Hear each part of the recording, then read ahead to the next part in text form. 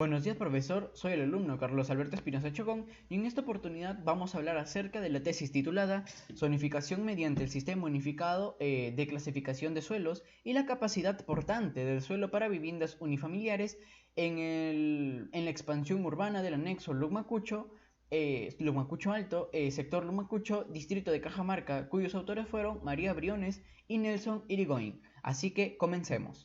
En primer lugar, la tesis se basa en la realidad problemática que, debido a la creciente ola de inmigrantes, muchas de las ciudades no se encuentran aptas para poder albergar estas personas, por lo que deciden trasladarse a terrenos cada vez más inapropiados que generalmente se encuentran en áreas periféricas de difícil urbanización. Muchas de estas construcciones son realizadas por personas que carecen de conocimiento técnico en el uso de materiales, en los sistemas de construcción e inclusive presentan limitaciones económicas, lo que aumentaría su vulnerabilidad frente a cualquier desastre.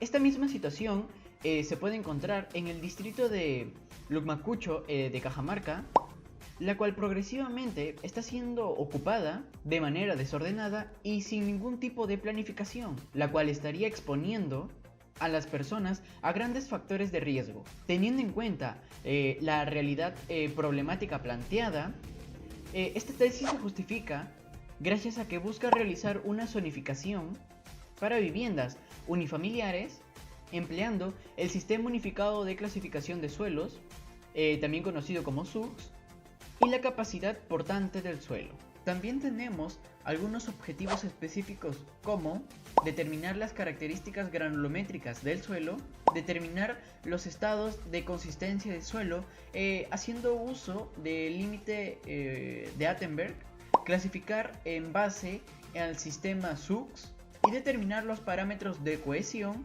y el ángulo de fricción interna. Para poder empezar a trabajar se formuló una hipótesis, que el Lumacucho Alto se zonifica como un suelo limoso, arcilloso, arenoso, con una capacidad portante que varía de 0.154 kg por centímetros cuadrados a 210 kg por centímetros cuadrados, cuyas variables independiente y dependiente son el suelo y zonificación respectivamente.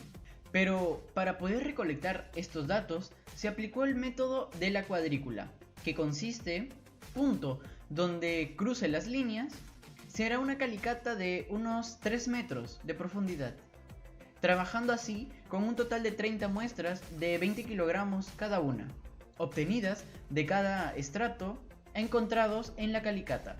Una vez obtenido cada estrato, se evaluará en el laboratorio los siguientes parámetros: ensayo de límite de Attenberg, ensayos para la clasificación de suelos con propósitos para la ingeniería, ensayos granulométricos por tamizado y por sedimentación, determinación del peso específico de las partículas, también ensayo para la compactación del suelo y por último la identificación y descripción del tipo del suelo. Para poder analizar toda la información recolectada, la fase de gabinetes está determinada por las siguientes actividades.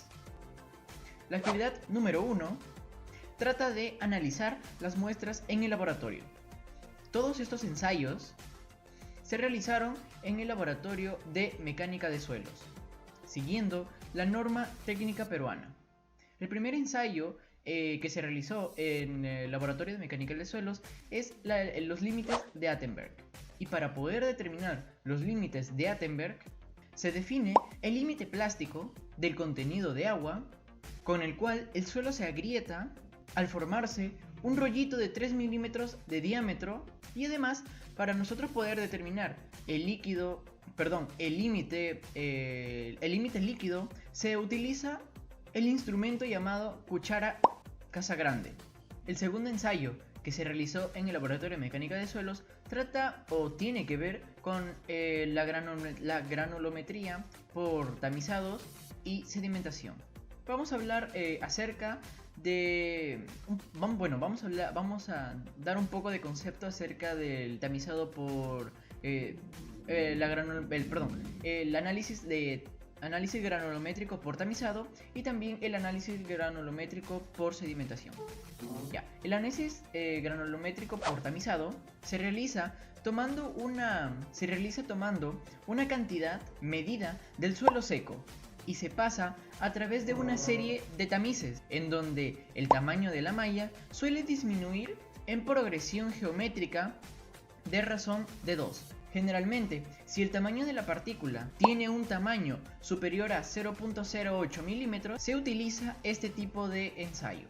Sin embargo, el análisis granulométrico por sedimentación, generalmente las muestras son inferior a 0.08 milímetros y que se llevan a cabo en el hidrómetro y se basa en el precio de la sedimentación de las partículas del suelo en agua. En función a la granulometría, los suelos se clasifican en 4 grandes grupos. Las gravas, que tienen un tamaño de 80 milímetros a 4.75 milímetros. Las arenas, de un 4.75 milímetros a 0.075 milímetros. Los limos, de 0.075 a 0.002 milímetros, y las arcillas que son inferiores a 0.002 milímetros. Tercer ensayo que se elaboró en el laboratorio de mecánica de suelos tiene que ver con la determinación del peso específico de las partículas. Pero,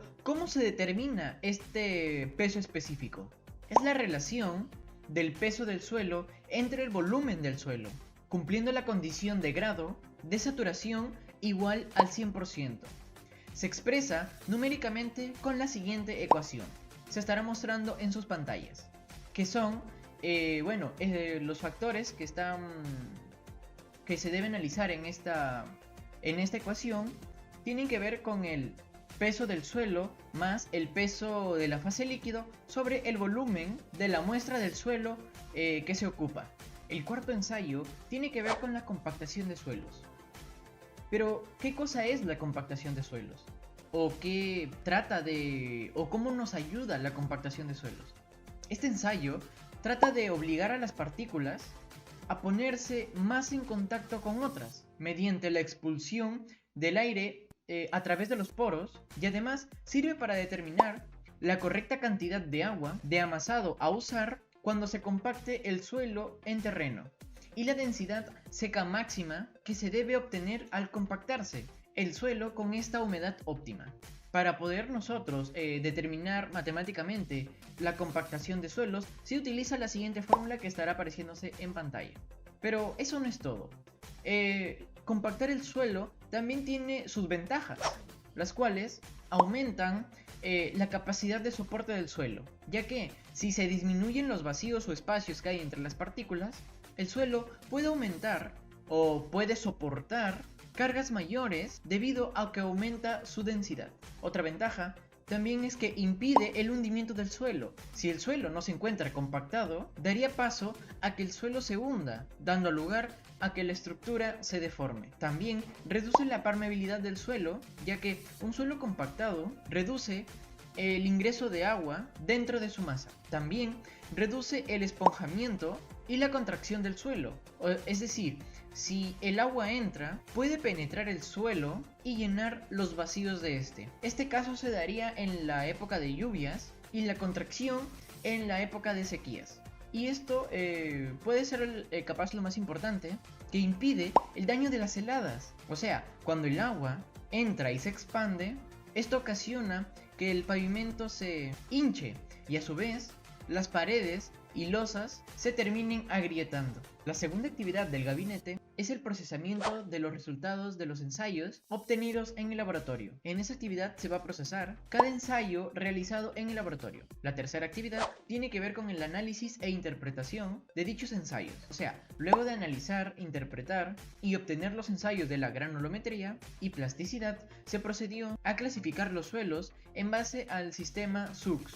La cuarta actividad tiene que ver con el cálculo de la capacidad portante del suelo, ya que para obtener el cálculo de la capacidad portante del suelo se utilizó la fórmula de Terzaghi, y para obtener el ángulo de la fricción interna del suelo y su cohesión se empleó tablas con los parámetros característicos del ingeniero José María Rodríguez Ortiz y Jesús Serrat Tuestas, y además la tabla del ingeniero Peter Wilhelm Wittke. La quinta actividad tiene que ver con el plano de zonificación por tipo de suelo.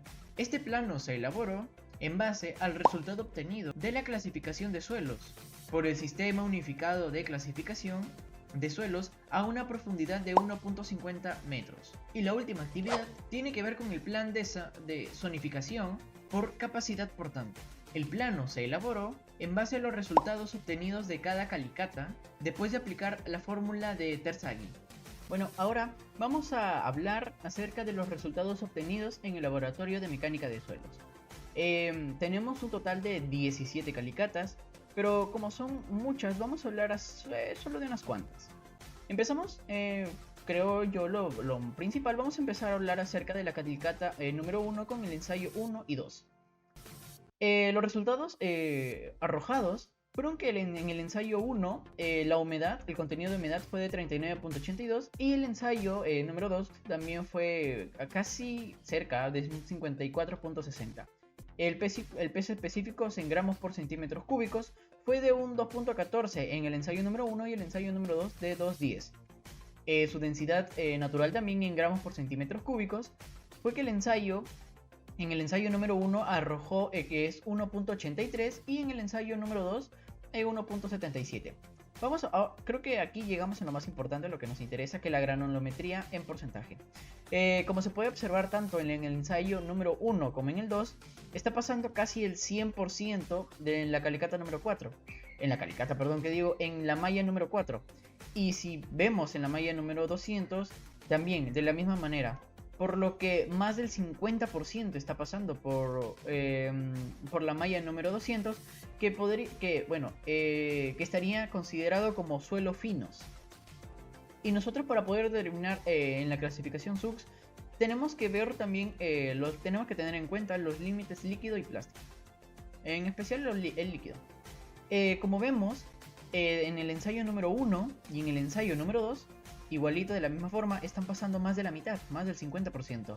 Por lo que en su clasificación SUX debería nombrarse como, debería llamarse limo de alta comprensibilidad, o si no, limo elástico arenoso, y en sus siglas en inglés. Además, gracias a los resultados obtenidos del Laboratorio de Mecánica de Suelos, los autores decidieron hacer dos tablas. Una tabla que tiene que ver con la nomenclatura de los suelos según SUX a una profundidad de 1.50. Y acá está, como dice su nomenclatura.